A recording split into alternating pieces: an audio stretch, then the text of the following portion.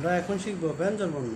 ক, খ, গ, গ, ঙ, ছ, ছ, বর্গীয় জ, জ, ইয়, ট, ঠ, ড, ড, মূর্ধন্য, ত, থ, দ, দ, দন্তান্ন।